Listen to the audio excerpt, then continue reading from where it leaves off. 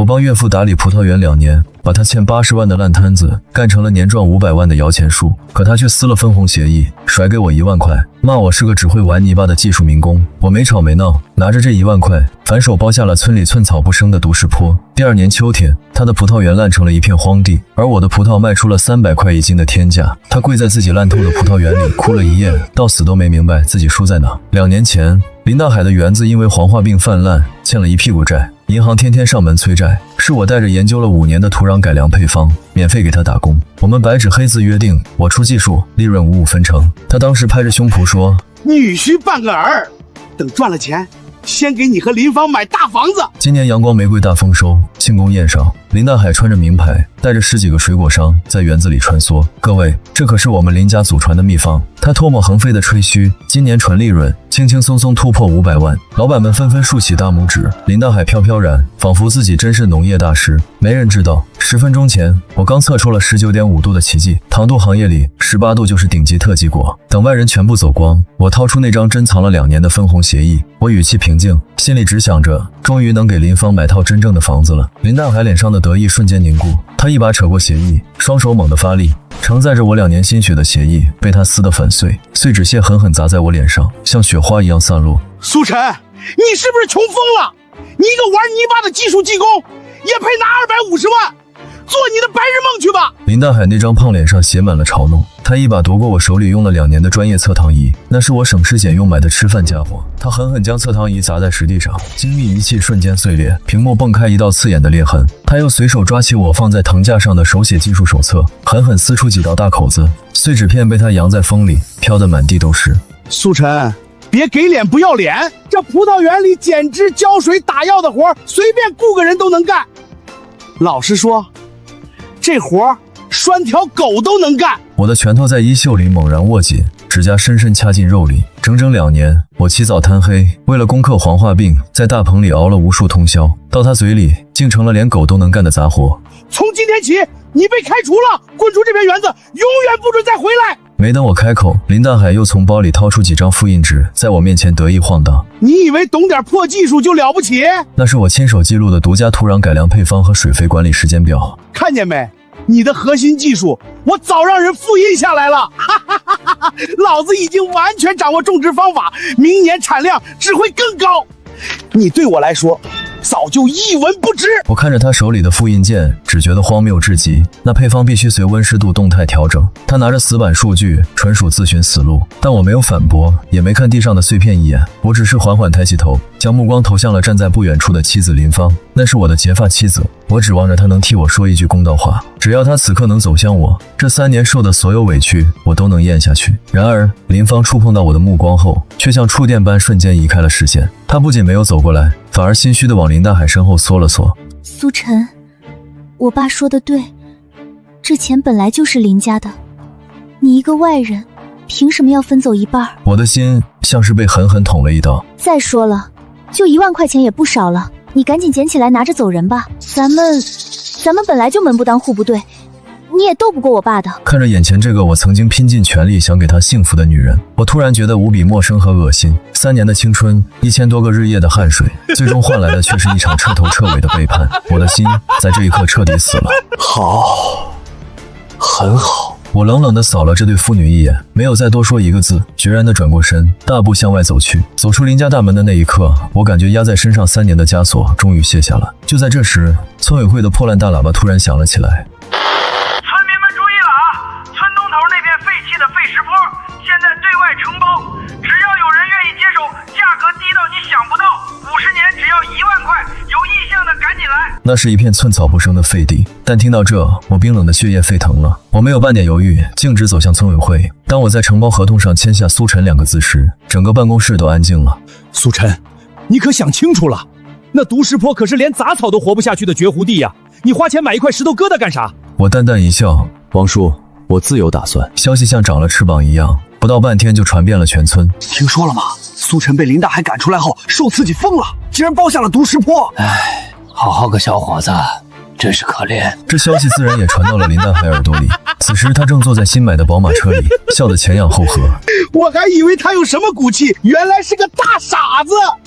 去包独石坡，他这纯粹是自寻绝境，等着看他流落街头吧。而此刻，我正独自一人站在荒无人烟的毒石坡上，凛冽的冷风夹杂着灰尘呼啸而过，脚下全是乌黑发臭的矿渣和尖锐破碎的石头，满目荒凉，死气沉沉。但我眼中的这里却是一座金山。我缓缓蹲下身，扒开表层的碎石，深深抓起一把底层略带黑褐色的土壤，凑到鼻尖仔细闻了闻。除了刺鼻的矿渣味，还有一丝微弱但极其特殊的矿物气息。我嘴角抑制不住的上扬，露出一抹意味深长的冷笑。别人只知道这里重金属超标，却不知道这地下富含着一种极其罕见的微量元素群。只要能解开重金属的毒性，这儿就是顶级果园。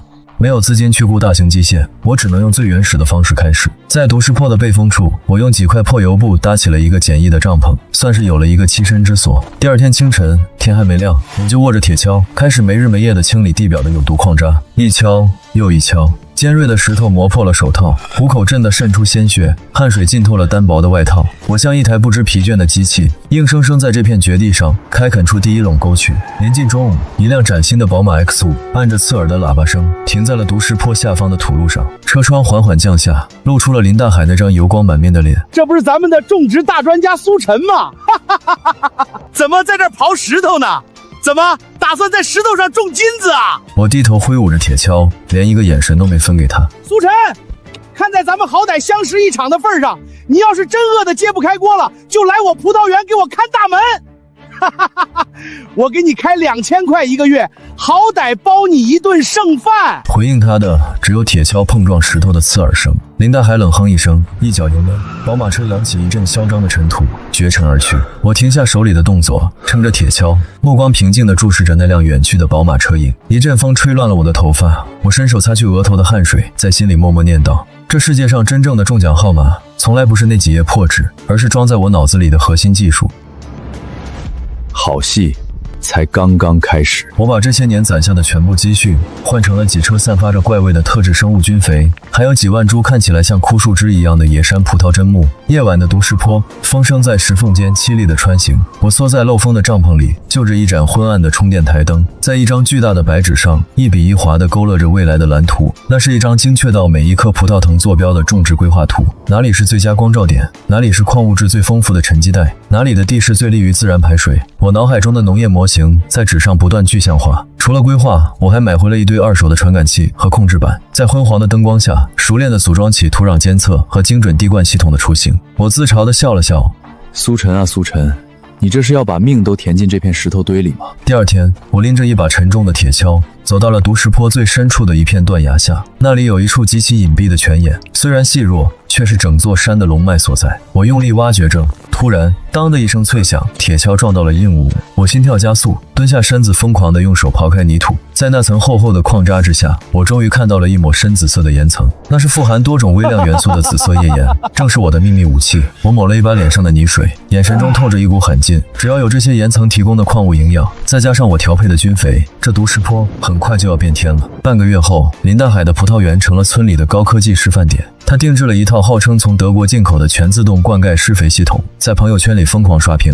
时代变了，现在种地得靠脑子和高科技，无人化管理，精准投喂，明年的葡萄不仅更甜，个头还得再翻1倍。而此时的我正顶着烈日，推着一辆破旧的3轮车，一车车地往毒石坡上运送那些烂泥一样的生物菌肥。那些菌肥里混杂着发酵的豆粕和特殊的活性酶，在阳光暴晒下散发出阵阵恶臭。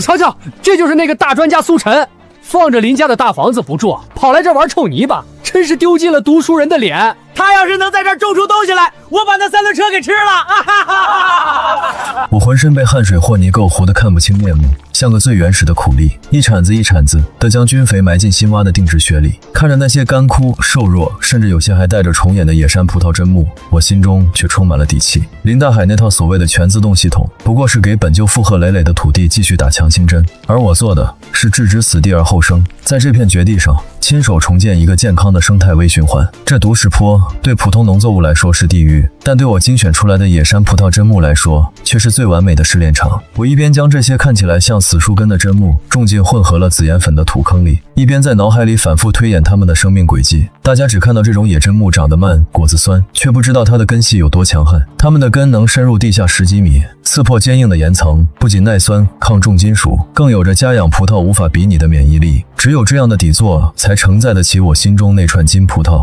几万株砧木入土后，我一刻未歇，从随身携带的恒温保温箱里小心翼翼地取出了一叠密封好的结穗，那是冰糖脆，这是我3年来私下培育的最顶级变异品种。它的皮极薄，却硬脆如冰，果肉带着一种清冷的天然矿物香。但这种品种有个致命伤，就是对环境极其挑剔，娇贵的像个病西施。只有嫁接在毒石坡的野山葡萄砧木上，借其强横的生命力，才能让冰糖脆完成破茧成蝶的蜕变。能不能翻身，全看你们了。我坐在毒石坡的乱石堆里，手中的嫁接刀飞速翻飞，寒光在指尖流转，动作行云流水，快到甚至能产生残影。这是我独创的多重高位嫁接法，每一处切口都必须在3秒内完成精准对接，每一个绑扎的力度都要恰到好处，既不能勒死幼嫩的维管束，又要保证养分能顺畅输送。不到1小时，我就在烈日下完成了上百株葡萄的嫁接。就在我全身心沉浸在工作中时，不远处传来了刺耳的刹车声和宝马车独特的引擎声。林大海和林芳下了车，林大海穿着一身骚包的真丝衬衫，林芳则撑着一把遮阳伞，满脸嫌弃地踩在满是灰尘的土路上。哎呦喂，苏大专家还在鼓捣你那堆烂木头呢。我刚才路过，看你动作挺利索啊，像个卖杂耍的。可惜呀，这手艺要是用在正地方多好，非要在死人坡上浪费时间。苏晨，你看看你现在的样子，当初你留在林家，至少还能体体面面的活着。现在呢，为了那点可怜的自尊心，把自己弄得跟个乞丐一样，值得吗？我停下手中的刀，甚至没有抬头看他们，只是专注地检查着刚刚完成的接口。在我的眼里，这2个人现在的分量，还不如我手里的一截嫩芽。苏晨，你是不是以为在这儿种出葡萄就能打我林大海的脸？我特意问过县里专家了，这地里的重金属超标了几10倍，你就算真能种活，长出来的都是毒葡萄，谁吃谁死。就是，你别再执迷不悟了。你要是现在肯把这破合同退了，去跟我爸认个错，我还能让他大发慈悲，给你在园子里找个不用见人的活。直到此时，我才冷冷地扫了他们一眼。毒葡萄，林大海，与其操心我的地，你不如多操心你那些被尿素泡大的阳光玫瑰。大雨一过，看你拿什么挡。你放屁！老子的果园好得很，你这种技术工除了嫉妒还要干什么？我没有争辩，只是重新蹲下身，从口袋里掏出一个自制的土壤监测传感器，稳稳地埋进了一株砧木的脚下。苏晨，你究竟在赌什么气？那200万的分红，你真的以为自己配拿吗？我爸给你2000块让你回去看门，已经是顾念旧情了，你非要在这里把自己折腾死才甘心。我背对着他，连一个字都懒得回应。传感器顶端的微型指示灯开始快速闪烁，连接在手腕上的终端屏幕瞬间亮起， pH 值 6.2， 有机质含量缓步上升，重金属螯合进度 15%。 看着这些跳动的数据，我紧绷的嘴角终于有了一丝放松。这就意味着我的生物菌肥正在这片死亡之地上发挥奇效。我完全无视了身边的林芳，仿佛她只是一团浑浊的空气。苏晨，你哑巴了？好，我看你这几根破树枝能长出什么金子来！你以后就算跪着求我，我也不会再管你。我看着宝马车绝尘而去，从口袋里摸出那部碎了屏的旧手机，点开了一个隐藏的监控软件，屏幕上清晰地显示着毒石坡各个角落的实时红外画面。这绝门地里的秘密，谁也别想来搞破坏。时光飞逝，转眼进入了初夏。林大海的葡萄园在社交网络上赚足了眼球。那些施加了过量激素和化肥的阳光玫瑰，个头比普通葡萄整整大了一圈，看着极其唬人。有一天我去镇上买农资，路过林家果园的铁栅栏，林大海正指挥着工人给果穗套袋。他特意摘下一串还没完全成熟的葡萄，冲我耀武扬威地晃了晃。我只是远远地瞥了一眼，心里就有了底。那葡萄虽然大得出奇，但表面却分布着极不规则的微小凸起。更致命的是，果粒底部已经出现了肉眼难以察觉的细微裂痕，这是典型的过度使用膨大剂，加上全自动系统盲目猛灌水肥，导致果皮生长跟不上果肉膨胀的预兆。林大海的高科技正在把他的果园推向毁灭的边缘。哈哈，苏晨，眼红了吧？等秋天卖了钱，我买辆新的奔驰，去你那毒石坡上放2挂鞭炮。我冷笑一声，没有理会他的狂吠，蹬着3轮车回到了毒石坡。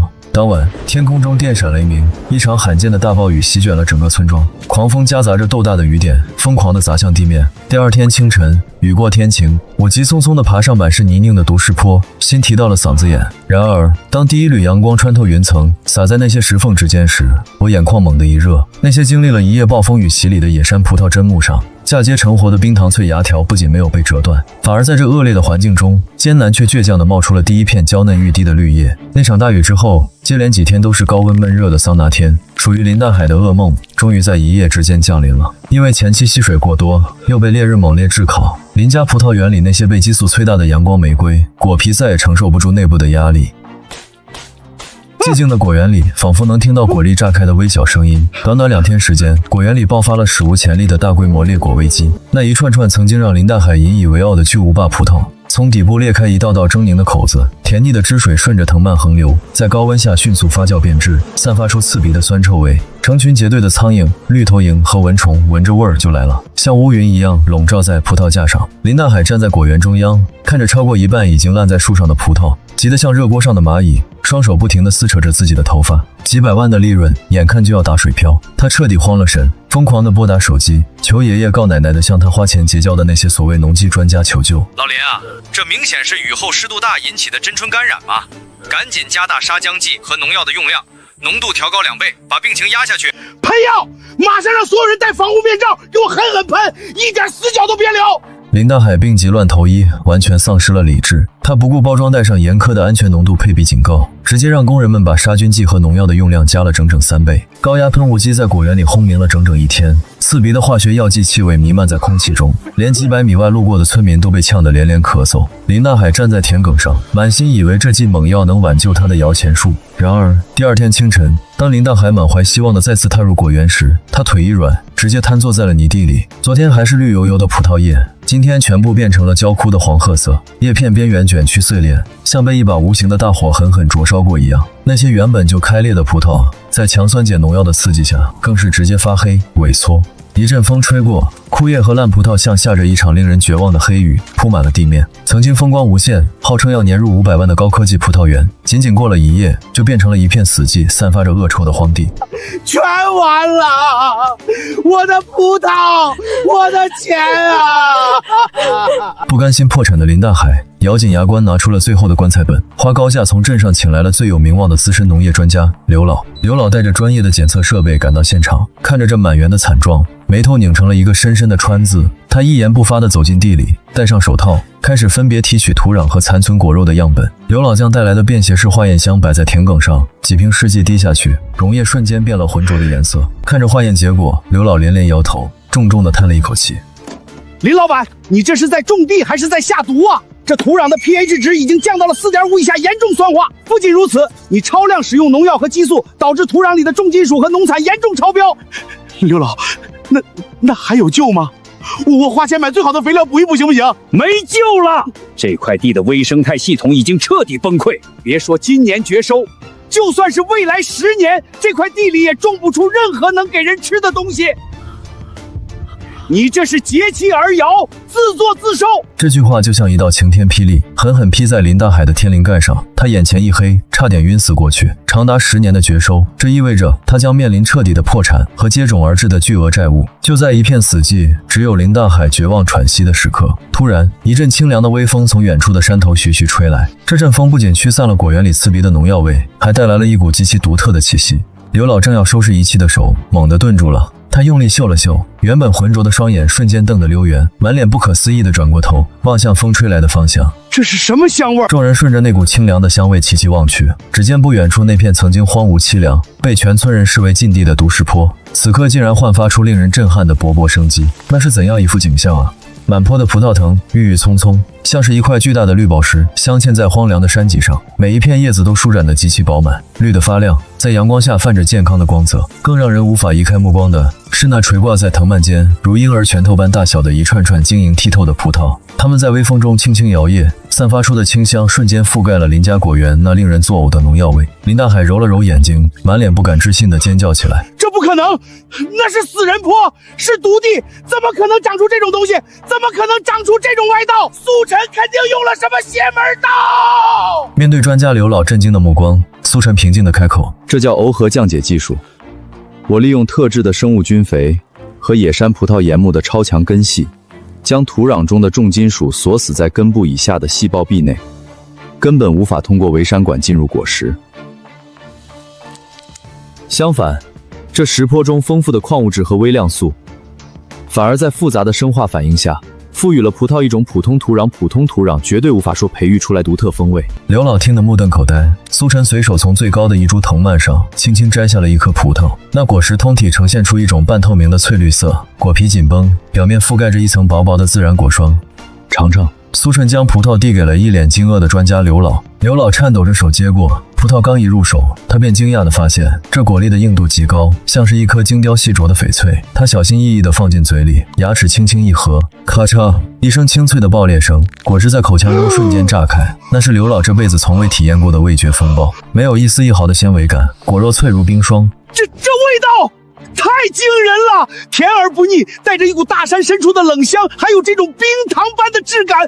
苏晨，你创造了世界级的品种。站在坡下的林大海听着刘老的评价，嫉妒的双眼通红，他像条疯狗一样冲过来，一把夺过一颗葡萄塞进嘴里，原本准备好的嘲讽辞藻，在尝到果肉的一瞬间，全部卡在了喉咙里。夜幕降临，毒石坡陷入了一片诡异的寂静。林大海躲在自家的仓库里，眼神阴毒，手里提着几桶散发着刺鼻气味的工业强酸。他的葡萄园毁了，名声也臭了。现在他只有一个念头，苏晨也别想好过。苏晨，这是你逼我的。既然你能在毒地上种出金子，那我就让你的金子全部变成死灰。他戴上厚厚的橡胶手套，蒙上面巾，像个鬼魅一样悄悄摸上了毒石坡。他轻车熟路地找到了苏晨自制的循环灌溉渠，看着渠中清澈的山泉水，林大海脸上露出了扭曲而恶毒的笑容。他猛地拔开桶盖，将整整几大桶高浓度的强酸一股脑地倾倒进了灌溉渠里。滋啦滋啦，强酸与石灰质的沟渠剧烈反应，冒出阵阵令人作呕的白烟。林大海看着这些毒水顺着渠道流向那些翠绿的葡萄藤，毁了，全毁了！随后趁着夜色匆忙逃离了现场。但他不知道的是，就在他身后不远处的两棵老槐树之间，一个微型的高清红外摄像头正无声无息地转动着，将他投毒的全过程，甚至连他脸上那狰狞的表情，都清晰无误地传输到了不远处的帐篷里。监控室的屏幕前，苏晨端坐着，手中的茶杯冒着热气，他的嘴角露出一抹极度冰冷的嘲讽。林大海，最后的机会是你自己亲手掐断的。清晨，一列由3辆黑色库里南组成的豪华车队，低调而霸气地开进了这个偏僻的小山村。领头的车门打开，一位穿着干练黑色西装、戴着金丝眼镜的女性走了下来。她叫沈清，是省内最大高端水果连锁商玉果园的执行长。哎呦，沈总您大驾光临，真是让咱们村蓬荜生辉啊！您看看我这阳光玫瑰，虽然受了点灾，但底子还在，绝对是顶级品质。沈清礼貌但疏离地接过来，身后的考察团成员立刻递上专业的白手套和采样袋。林大海还在滔滔不绝。沈总，我这儿可是全自动灌溉系统，每一颗葡萄都是按金子贵养出来的，价格咱们好商量。沈清没有接话，只是冷淡地端详着手里那串葡萄，他的眼神锐利如鹰隼，从果饼的成色看到果肉的紧实度。围观的村民们窃窃私语，这可是决定全村果农命运的大人物，要是能攀上沈清这条线，哪怕是林大海剩下那点烂摊子，也能卖出天价。然而，沈清在剥开一颗葡萄送入嘴里后，原本平静的脸色瞬间变得极其难看，他眉头紧锁，甚至没有咽下去，直接拿出随身的手绢，将那颗葡萄吐在了里面。沈清冷冷地把手里的残果扔回林大海怀里，一股刺鼻的农药残余味，果肉松散无神，全是膨大剂和化肥堆出来的垃圾。林先生，你是觉得我的舌头坏了，还是觉得玉果园的顾客都是傻子？这种东西给猪吃都嫌有毒，也敢拿出来卖？林大海的脸瞬间从谄媚变成了猪肝色，他站在原地，只觉得周围村民指指点点的目光像火一样在烧。沈总，您听我解释，这是因为大雨，平时不是这样的。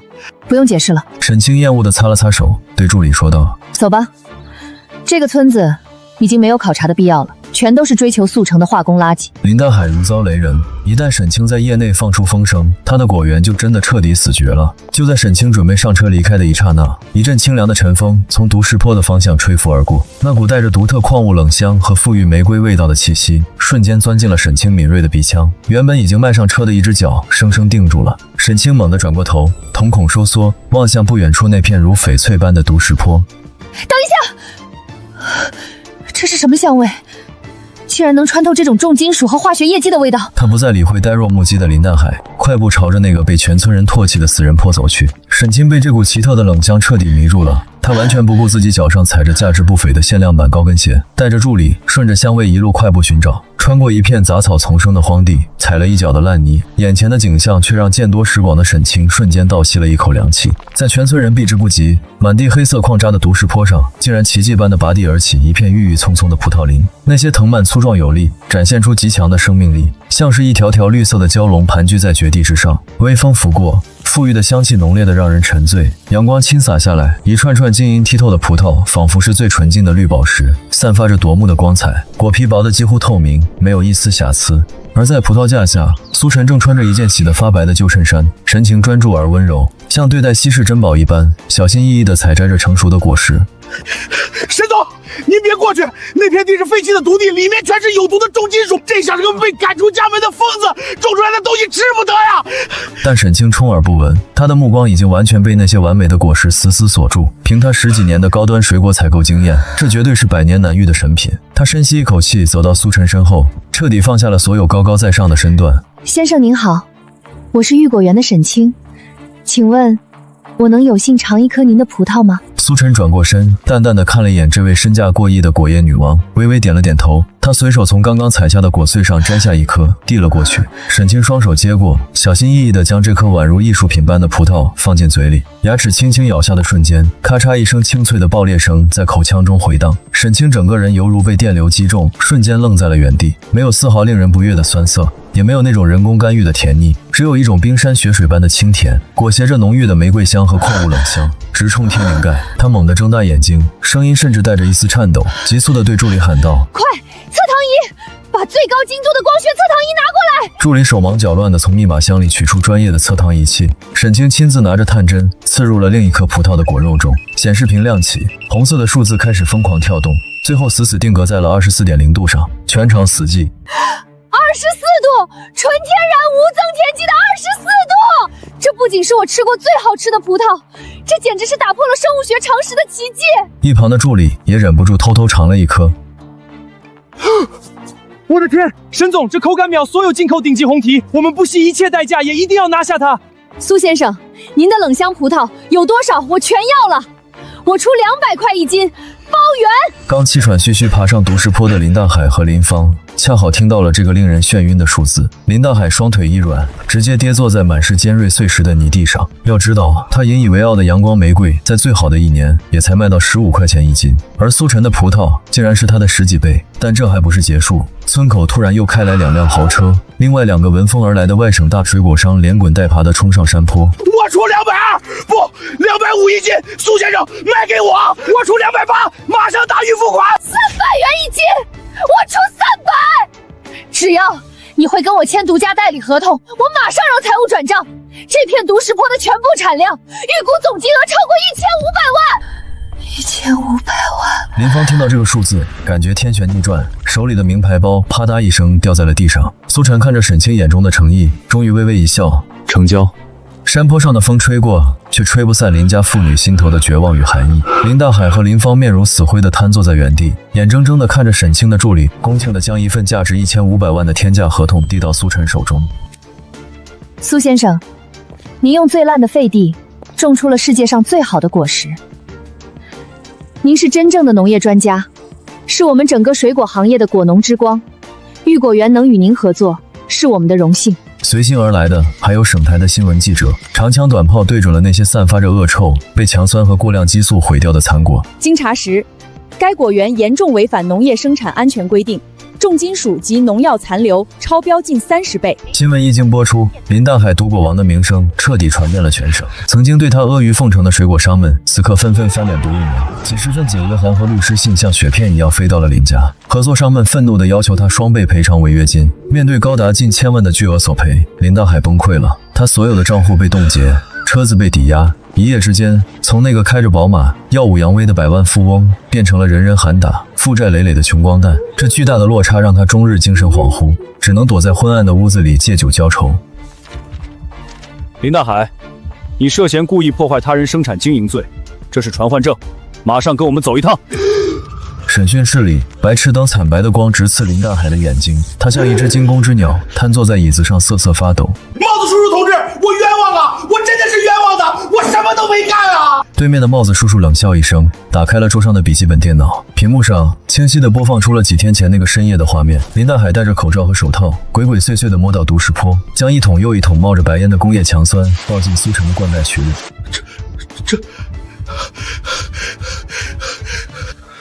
证据确凿，你还有什么好说的？帽子叔叔厉声喝道，不仅使用违禁农药导致大面积污染，还涉嫌恶意投毒破坏他人千万级别的农业项目，你将面临数额巨大的民事赔偿以及3年以下的刑事处罚。林大海彻底绝望了，低着头，眼泪鼻涕糊了一脸，只能哆嗦着在认罪书上按下了手印。苏晨，只要你撤诉，我愿意马上跟你复婚，以后家里你说了算，我什么都听你的，我给你当牛做马。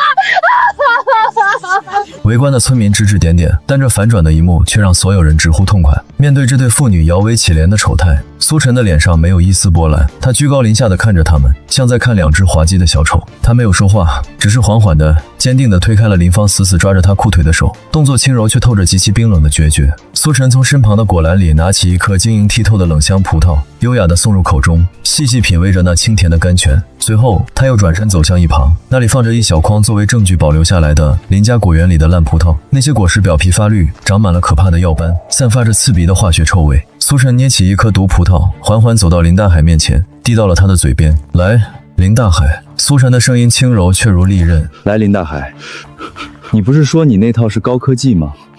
你自己种出来的东西，你先尝尝。林大海看着嘴边那颗剧毒的烂果，浑身抖得像筛糠一样，嘴唇哆嗦着，牙关紧闭，怎么也不敢张嘴。他很清楚，这一口下去，可能半条命都没了。不吃。苏晨冷笑一声，将那颗烂葡萄狠狠砸在林大海的脸上，汁水溅了他一身。曾经不可一世的林家，彻底在这个村子里除名了。但故事并没有以怨报怨结束。苏晨拿到沈清那1500万的首笔借款后，没有选择在城里买豪宅、买豪车去享受，他转头拿着这笔巨款，在村里干了一件惊天动地的大事。他成立了石林生态农业合作社。曾经那些嘲笑过他的村民们，此刻都满脸羞愧地站在合作社大门外，不敢进去。苏晨却主动打开大门，笑着把他们迎了进来。过去的从今天起，合作社免费向全村开放。我苏晨出种苗、出配方，免费传授毒石坡改良技术。所有种出来的冷香葡萄，我以高于市场价20%的价格统一收购，包销渠道。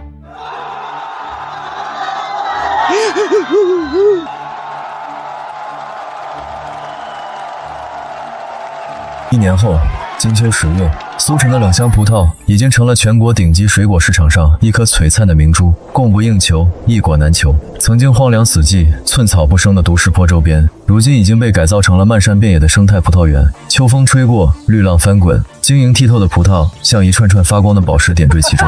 村里家家户户都盖起了小洋楼，村民们的脸上洋溢着发自内心的笑容。沈清再次开着豪车来到了村子，这一次他不是来收果子，而是带着几个省里的投资大鳄来跟苏晨洽谈全国推广的100亿级战略合作。苏晨，你创造的不仅是一个农业奇迹，你正在改变整个中国高端水果的市场格局。